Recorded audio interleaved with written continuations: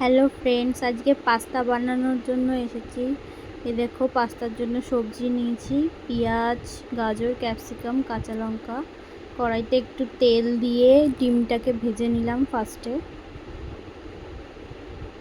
ভালো করে ডিমটা ভাজা হয়ে গেলে তারপর আমি নামিয়ে রাখবো বাটিতে।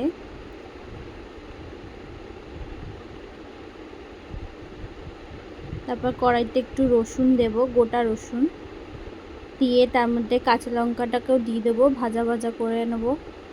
তার মধ্যে পেঁয়াজ দেব, পেঁয়াজটাকেও একটু ভালো করে ভেজে নেব।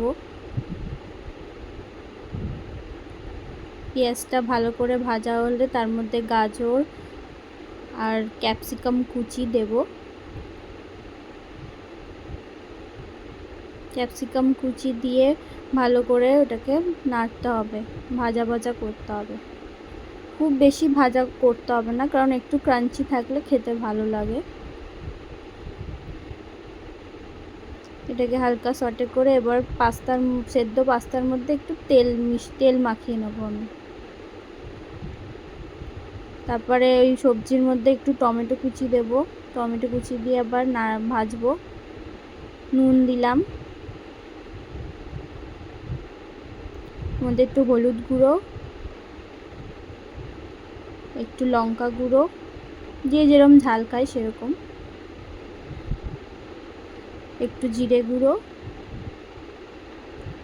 ব্যাস। তারপরেই আবার ওটাকে মশলাটাকে ভালো করে ভাজবো। তার মধ্যে একটু সয়া সস দিলাম, সয়া সসটা দিয়ে আবার নেড়ে আবার ওর মধ্যে টমেটো সসটা দেবো একটু বেশি পরিমাণে। ওটাকে দিয়ে ভালো করে একটু ফ্রাই করব, যাতে টমেটো সসের কাঁচা ভাবটা চলে যায়। এবার পাস্তাগুলো ঢেলে দিলাম, সেদ্ধ পাস্তাগুলো। এবার ওই পাস্তাগুলোকে দিয়ে ওই সসটা দিয়ে মিক্স করে ওপর দিয়ে ডিম কুচিগুলো দিয়ে দিলাম। তারপরে দিলাম আমুলের চিজ, একটু গ্রেট করে দিলে একটু টেস্টটা ভালো হয়। রেডি আমার পাস্তা, এখন সার্ভ করলাম। কেমন হয়েছে জানিও। এটা হচ্ছে আমার স্টাইলের পাস্তা। Thank you.